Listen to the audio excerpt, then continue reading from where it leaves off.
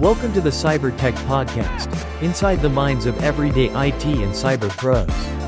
Your host, Mike Fierros, will dive deep into the world of IT and cybersecurity, bringing you the stories and insights of professionals who are making waves in the field. From how they got started, to their most exciting projects, and their advice for aspiring tech enthusiasts, we cover it all. So, whether you're an industry veteran or just getting started, join us as we explore the fascinating minds behind the technology that shapes our world. Let's get started. Hey guys, thanks for listening to Cyber Tech Podcast, inside the minds of everyday IT and cyber pros. And this episode is episode number 3, and I just want to give a big shout out to you guys who have been supporting the podcast, been sharing it on LinkedIn, commenting on Instagram, Facebook. I really appreciate that. This episode is number 3, and the gentleman I'm about to interview, he's locally here in Yuma, where I currently reside here in my hometown. He's been working in IT for a while. He also has experience in music recording. I definitely wanted to get him on here because he definitely loves helping people as well. And the guest interview I have right here is Dominic Antonelli. He's a systems LAN Administrator of HD Audio Yuma. How's it going, Dominic? Good. How about yourself? Good. I'm doing good, man. Like I said before the recording, I appreciate you trying to get on here, Dominic, and helping us out to reach out to people and get them into IT cybersecurity. Yeah, absolutely. It's definitely my pleasure. When I heard what the premise of this was, I was just absolutely, I was excited. I was excited to do this. So for sure, no, I appreciate that. And we're just going to dive into it, Dominic. Kind of introduce yourself to the listeners, a little bit of background of yourself, and how you got into IT. My IT journey, it kind of started in college, but a little bit different than most people's. I started at the IT help desk at ASU, and it was real simple back then. It was like, okay, we were going from Windows XP Service Pack 1, and everybody needed to have Windows XP Service Pack 2 to be, just the most secure that we could be on the network and everything. So my main job was like, field calls, run out, before my classes and go help people, install Service Pack 2. So Nice. I did that for a while at ASU, and then I kind of switched passions over to, like you said, the recording side of the house. So I went to the Conservatory of Recording Arts and Sciences. I kind of majored. You don't really major, you take all the classes and everything, but I kind of I wanted to really focus on live sound, because that was what I really had a passion for. I loved going to concerts and just making sure that it sounded good. I was also in a band at that time, and I wanted to make sure that people in the audience, we were able to hear us, and we had the best technology that we could have for making it sound the best that we could. So I did audio engineering a lot until about 2008. Well, I jumped around from job to job. I was living in Phoenix, and then I met my wife, and we got married in 2006. Nice. And then we ended up moving to Yuma in 2007. And I was still kind of jumping around from job to job. And then my friend Micah, actually, he said, "Hey, there's this job out at YPG. It's just like it's the computer help desk.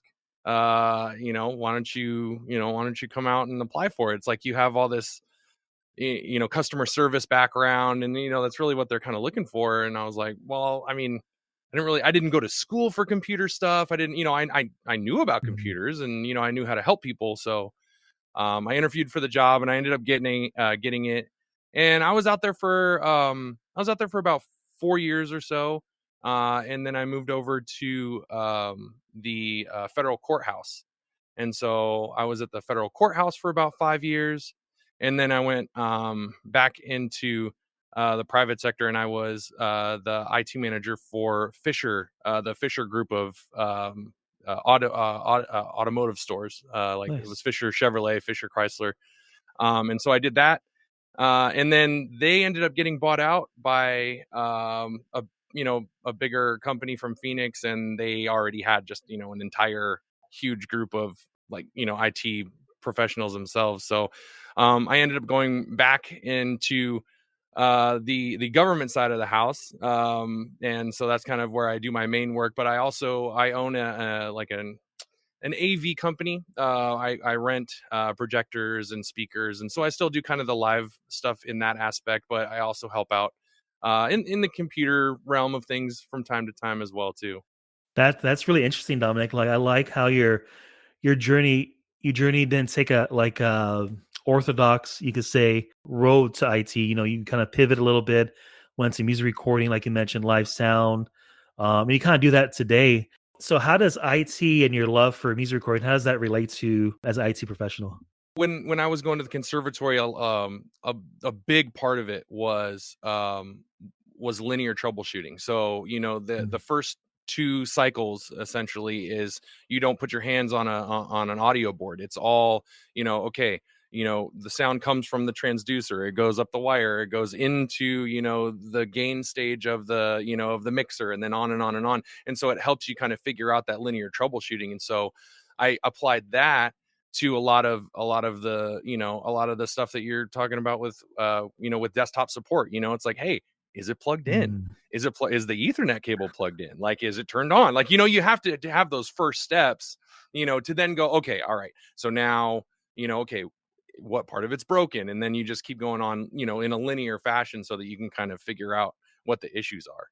I like how you took that skill set and applied it to IT because I get a lot of questions. People asking me, I work in plumbing or I'm in trucking. I like to pivot and get into IT and cybersecurity, and that's one really, really, really one good example of using that skill set that might not be IT related, but you could apply it to IT and cybersecurity in different ways and whatnot. So you mentioned you got into computers and doing ASU. Is that something you always wanted to do, or did you also wanted to do music as well, or is that something that just kind of sparked the interest later? So I mean, like I guess my earliest computer memory, my parents, had a company. They brought a computer home, and it had Windows 3.1, right? Nice. And I remember, playing whatever on, Windows 3.1. And then a little bit later we had like Windows 95. And I remember we had this specific compact computer that the one thing that it did was it had a video, kind of like a input card, so that you could take your camcorder footage and like Oh, record it nice. to the computer. And that was like the biggest thing ever. And we had I had my best friend at the time. His dad was very much into computers, and so he helped us go from Windows 95 to Windows 98. Nice. And so it's just, Yep. just seeing that progression. And then, and then I'm in that weird Zennial kind of, in between millennial and Gen X. Cause like I remember a time before computers, but like during high school, like I had a computer, I had the internet, like we had the dial up, we had to, wait for Yep. someone to get off the phone. And, um, uh, so I mean, I always kind of like I had that computer background, but it was never really like a forethought to go into computers as a like a degree, or, as a profession.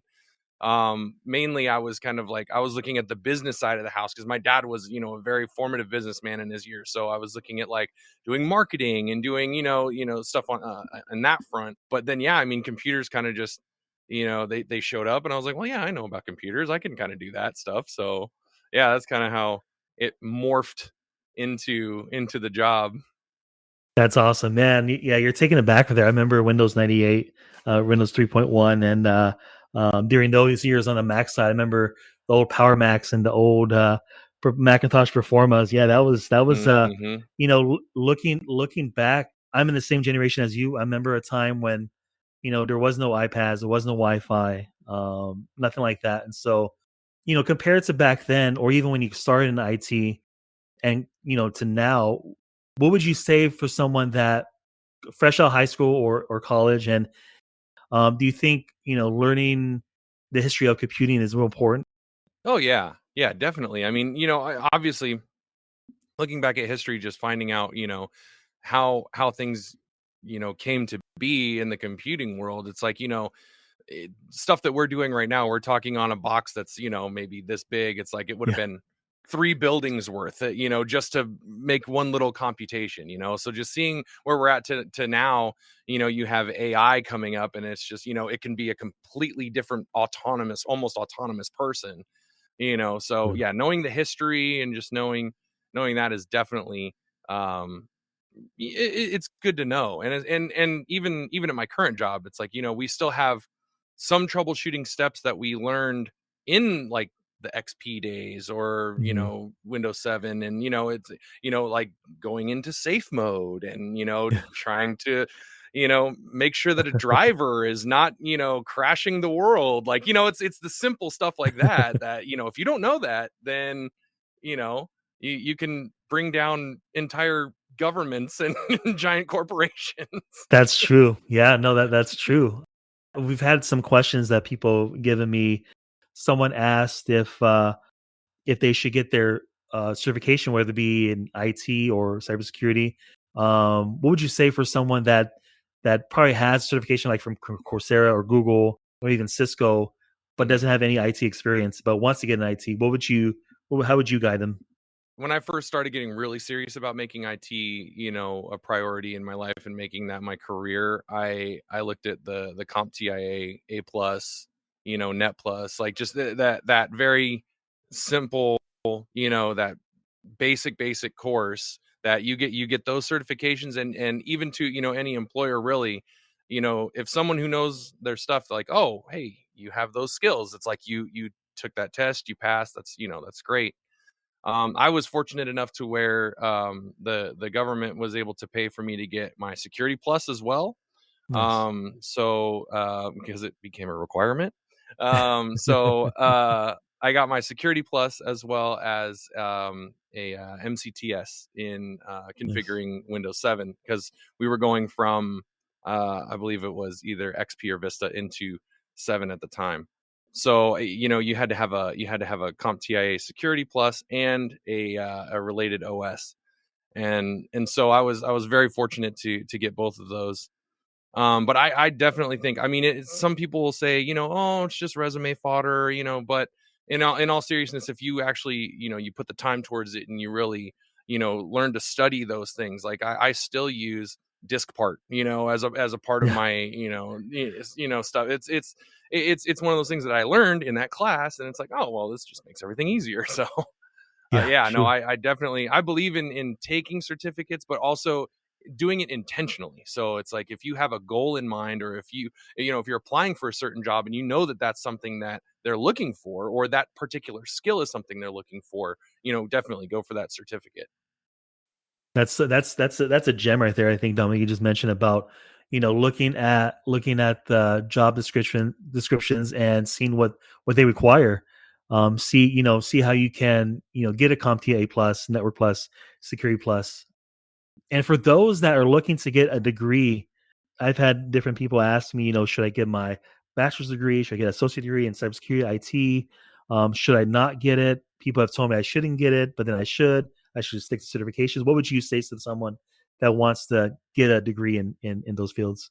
So nowadays it's kind of changed, obviously, from, I mean, Mhm. when we started, but like I got my degree in audio engineering, so I have a degree, and then I also have the certificates. So it's like, yeah, I would say, if someone's looking to get a degree, it's not a bad thing. You just need to make sure that whatever you're getting that degree in is something that, I mean, that you're passionate about, that you want to learn, and Mhm. that can still apply to, the current business model, and even the future. Like, if there's a lot of people that are still looking for coding.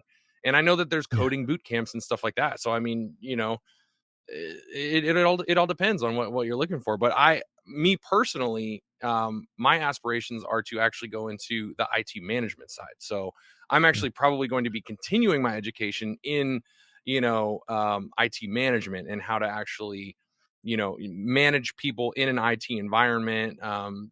Because there's all different facets. You have your desktop management team, you have your network management team, you have cloud computing, you have all these different Mm. facets, and you want to make sure that you can manage all of them, to the best ability. So that's the way that I'm going. But again, I mean, education, as long as you're passionate about it, I don't think is a Mm. bad thing at all. And just like Dominic mentioned, guys, if you're interested in getting that degree, stick to it. If you have a passion for it, stick to it. Learn the foundations, and look for certifications as well and stuff like that. That's super super important. What kind of interesting IT stories do you have, Dominic? I've gotten to do a lot of cool things because of IT, you know. Like I was IT for a certain sector out at YPG, and we supported this site that was kind of like way up north, like out of nowhere. And so we had like a little bit of technology that was out there, and I supported that. But there was a time where they had a VIP come, and they were like, "Hey, we're gonna take this VIP on a helicopter ride up to the site, and then you can kind of display the technology, and then we're going to take the helicopter ride back down to the base. You want to go?" And I'm Nice. like, well, yeah. I mean, I'm in. I'm hanging out the side of a helicopter like, woo, and so that was really cool. But as far as like specifically IT wise, I mean, the CrowdStrike thing was crazy. Even for us, it's like it really reinforced the fact that they still need boots on the ground, because AI can't determine if a computer is you know erroring in a blue screen. It's like there's someone that's got to be there and be like, "Hey, I have to press this button to get it into safe mode. Hey, I have to find this specific driver that killed everything." So I was in the current job I'm in, I travel a lot. So I was in Yuma, I was in Quartzsite, I went to Tonopah and Gila Bend, and so I was just all over, just making sure, all right, safe mode, all right, delete the driver, boom, done. So that was one of the more interesting things that had ever happened to me. No, for sure. And no, yeah, CrowdStrike was something that took everybody by surprise. And I think even CrowdStrike themselves, as someone trying to explore a career to get into IT cybersecurity, stuff like this happens when a vendor messes up on a coding or data file, and it ruins a lot of stuff. How Hmm. how how important is to be prepared for stuff like that occurring? Anything can happen anytime. So it's like, how important is that for someone that interested in the field and knowing that, hey, make sure you're ready for anything. Oh yeah, no, it definitely, and it goes back to the linear troubleshooting. I mean, luckily we have a lot of resources. I mean, I know that we have all forums. We have different people who are on the inside just letting out the information. So in IT, it's like something goes wrong, it spreads like wildfire that it's wrong, and then it spreads like wildfire what the solution is. So luckily for us in IT, we kind of we have that backbone network of other IT individuals. But it all goes back to that linear troubleshooting. Okay, all right, it won't boot. Why won't it boot? Okay, the blue screen says it's having a problem with this driver. Okay, all right, let's boot it into safe mode where there's not those drivers present. Okay, it's working, great. Okay, now let's find that driver, kill it, boom. Okay, right, done.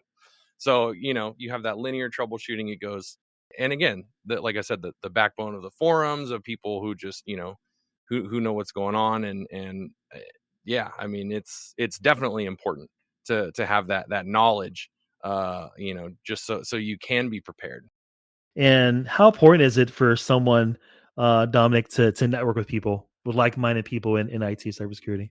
Oh, immensely important. I mean, I wouldn't be in IT if it wasn't for one of my friends who was in IT, So I mean, just knowing you and knowing that all the Mhm. the Mac side of the house, where that's not my forte really, just we could talk to each other about that stuff. And I have friends Sure. who mainly do servers and mainly do networking, and we you know, if we have a job that requires something specific to that, we can go to call on them. Or if they have some information about what might be going on, we can call on them for that. So no, I mean, networking is incredibly important, because you never know who you're going to meet. You never know how that's going to impact your future.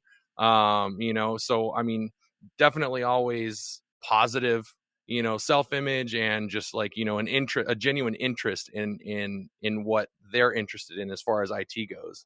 That's so true. Like it's and I think I'm gonna beat this dead horse in this podcast is, everybody that's in IT didn't get in here just by themselves. We knew somebody from school or from a job or something, and we all help each other. So that's something to always consider is, reach out to, your local high school that might have a IT cybersecurity teacher there, or reach out to, Dominic on LinkedIn or social media. You have certain questions you might have and whatnot. Reach out to people like that, because there'll come to a time where it's like, hey, I do need help, need advice, and I need someone, to hear me out a little bit and kind of guide me. So That's super, super important, like you mentioned, Dominic. Well, and I'm really encouraged to see a lot of the high schools now are doing the CTE programs where it does kind Yeah. of focus more on the career driven stuff, which audio engineering is one of them, but then also computer information technologies is another one. So, I mean, that's Yeah. I wish I had that kind of stuff back in my day.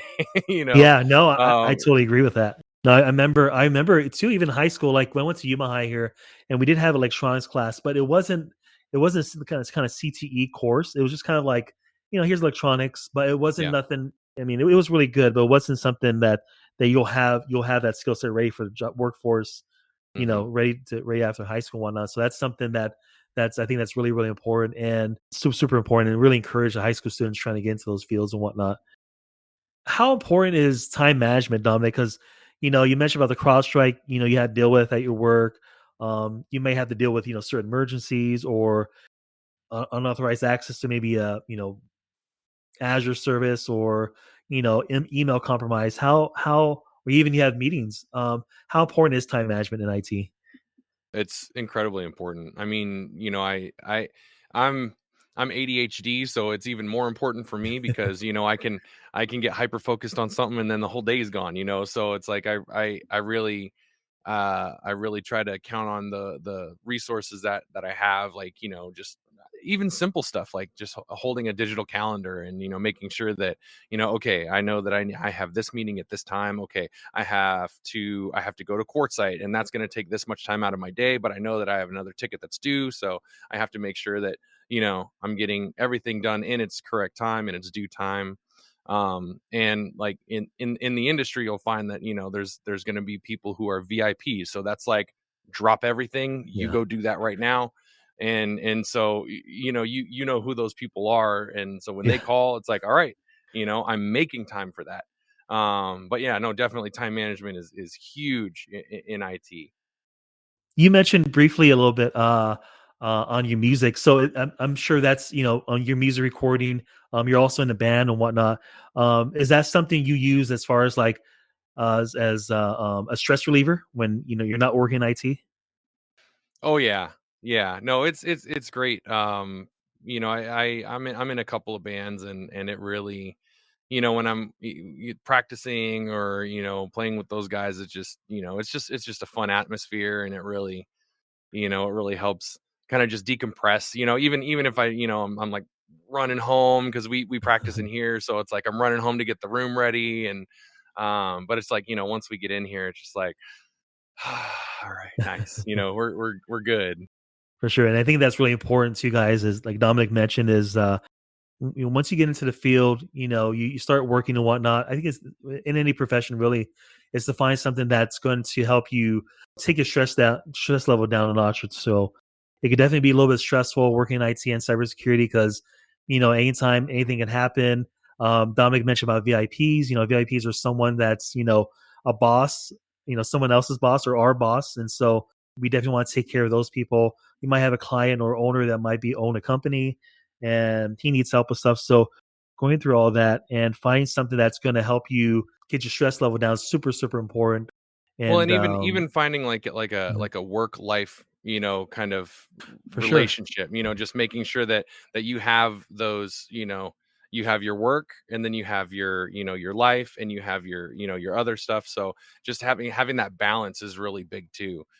Trying not to, that's good. load up your life side so that your work, side suffers, or having way too much of a workload so that your life side suffers. It's just having that really good work and home balance is very important, especially nowadays with just, I Sure. mean, depression and anxiety, any type of feelings that's going on. It really helps to just have everything kind of balanced out. That's really good to know, especially yeah, work life balance is super important. I also encourage you guys that are listening. There are some courses on LinkedIn.